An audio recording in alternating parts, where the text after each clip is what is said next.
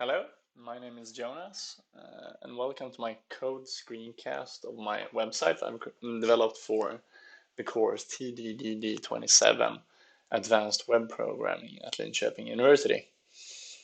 This website has been developed using React for the UI components, Bootstrap, and more specifically the library React Bootstrap for the styling of the components, and Redux to manage the application state. Webpack is also used to bundle the code into one minified file, and Bobble to compile ES6 code and transpile it to ES5, so it's more compatible with browsers. The backend has been built using Node.js with Express.js to make the API. MongoDB is used with Mongoose to store data about users and items. Cloudinary is used to store images that may be uploaded to the site, and Auth0 is used to integrate Google sign-in and authentication of users. Some component tests has also been written for React components using Jest and Enzyme. So as you can see here, we've divided the code base into source file and server file here. The server file includes the schemas for each data type here, which is made into a Mongoose model. And this is the item schema, and here is the user schema that we use to when handling those objects to the database. The server uses Express and Mongoose as I said, and we also connect to Cloudinary, and we import the models, the Mongoose models I just spoke about. We set up the Cloudinary config. We connect to MongoDB using Mongoose, and we use Express Router to create these routes. Here are the users route, where we can post new users, we can update multiple users, we can in the users ID route, which is for individual users, we can get an individual user. For example, when we sign into the site, we can also update a user and delete a user. We also have the items route, where we can get multiple items, or actually all the items, which we do whenever the application is loaded. We can post a new item, and using obviously the item schema of the Mongoose model. And we can update multiple items and delete multiple items, as we do here. We can also do pretty much the same stuff in for specific items with the items ID route. Get, update, delete individual items, and we have two routes for handling images. One where we upload images to Cloudinary, and as a response get a Cloudinary URL and a public ID. And we can also delete either one or multiple images from Cloudinary. When we delete multiple, we use a tag that we include when posting the image, which is the user ID. So when we want to remove multiple items from uploaded by user, we just search every image for that tag. And otherwise, we use this public ID to find the specific image we want to delete. So that is the server. And if we're going to the front end, as I said, we use Webpack and this client JS file, which is the root component. and which uses React on and renders the whole application. And that is the entry file in Webpack, and the output is, as you can see up here in the dist directory, a minified file. In the client component here, we have wrapped the app component, which is the actual app. We wrapped that in first the store, the Redux store, which uses two middlewares, Thunk, to be able to dispatch functions and not just actions. This makes it possible for us to like nest multiple dispatches and make series of dispatches to handle our state properly. We also use, in the development state, we use Redux logger to log every action that is done to the console. We combine both reducers. We have the item reducer and the user reducer to one reducer for the store. And these reducers use immer to make the immutability easier, which is so important for Redux, which is needed when we have like nested properties in our store objects. And going on to the actions here, we have our action creators for our items here, where we can fetch all the items, in which we also we call the API from actions here all the time. So for fetch items, we call our get items route to fetch all the items, and then we dispatch the fetch items action with the response from the database, which is an array of items. And the same goes for add item, and we have some in every one of these we have a check for if the item has a URL. In that case, we have to handle some Cloudinary updates, either just uploading images or deleting and then uploading a new one, and changing our URLs, item image properties to the image URL and image ID that we got as a response from Cloudinary. And then we'll always we use the items post here to post an item, and then you can see here that we can do all this dispatch here and return it, and then do some additional changes to the user, since we need to update the user with the posted item and the number of items it has posted, and then we dispatch another action creator. And this is thanks to Thunk.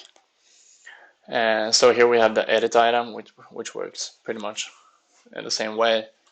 As you can see, if we have an image, we have to handle that and update the item and dispatch the edit item action. We can also edit many items with this action creator, in which we just update the items with the put items API endpoints. We update all the relevant items in the database, and then just fetch all those items from the database that are new, or we fetch all the items and some of them are updated. For the items, we also have this toggle star, which is a action creator for when we are toggling between if an item is stored or not from a specific user, in which we have to update the item and in the database, and also edit the user in the database. We can also delete items, pretty similar to adding items and editing items, but we delete it from everything instead. and delete many items, where we just delete every item that a specific user has posted, if the user wants to delete all their items, or if the user deletes the actual user. In the users actions, we have the set user action creator, which is used when we sign in. The first thing we do when we sign in, we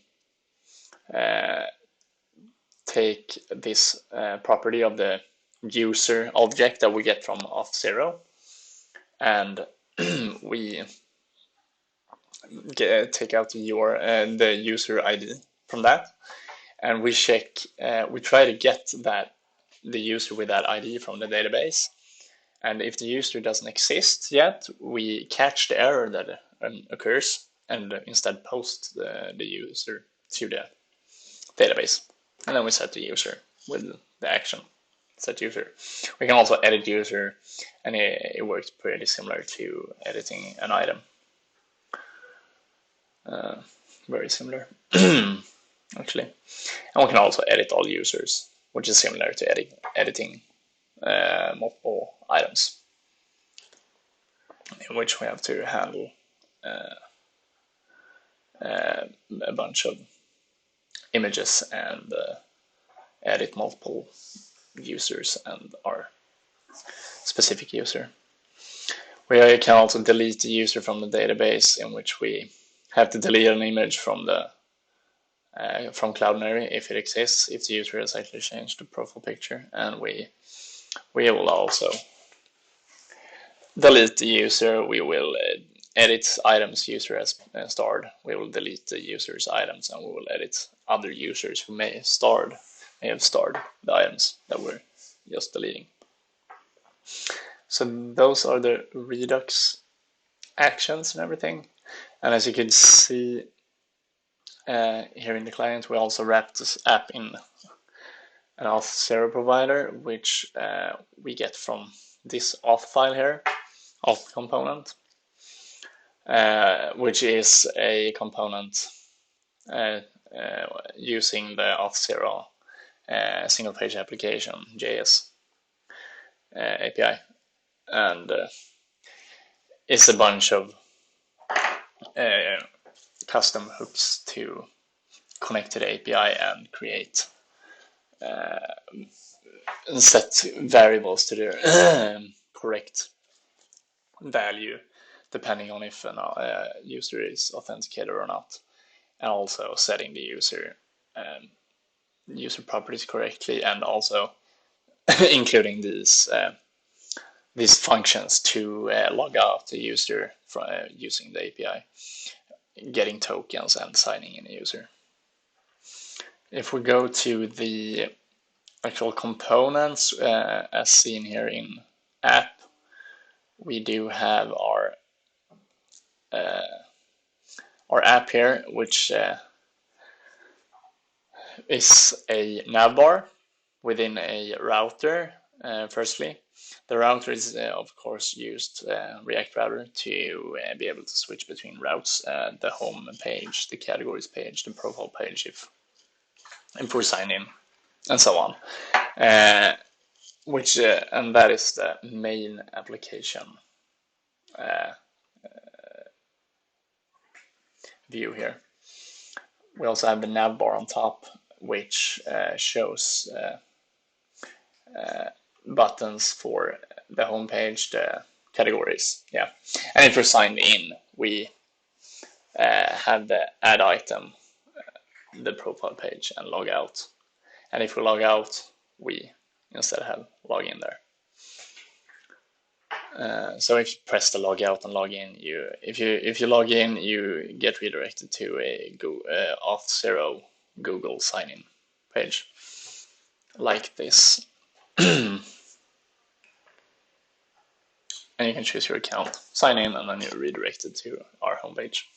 And then you can go to these routes. And as you can see, we have a bunch of items here, item cards, and these are actually within item grids, which are another component. Every one of these are a component each, an item card, and they are mapped out with an item grid.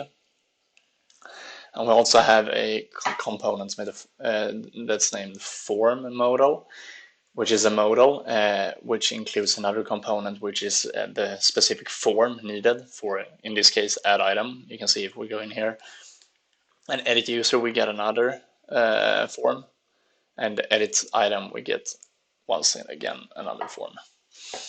And these are components right here.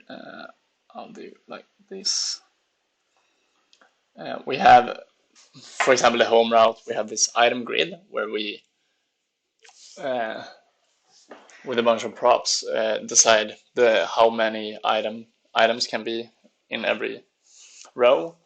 And for example, the featured items are also sent to the item grid by filtering out some items without any stars. So we get the right items, and then in the item grid we map the items we just sent as props to item cards. We map each item as props to item cards, and depending on if we have pressed a button, we are showing all the items or only 4 of them in this case, like that. And that is just done with this if statement here, if it's pressed or not. If it's not pressed, if it is pressed, we get another button. And if we just have too few items, we don't have the button, but we map all the items to the grid.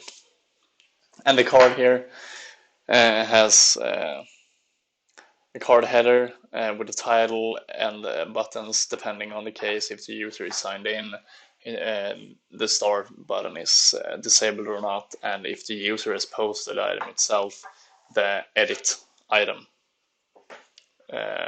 button is visible or not. And of course, when you press that, we get the modal.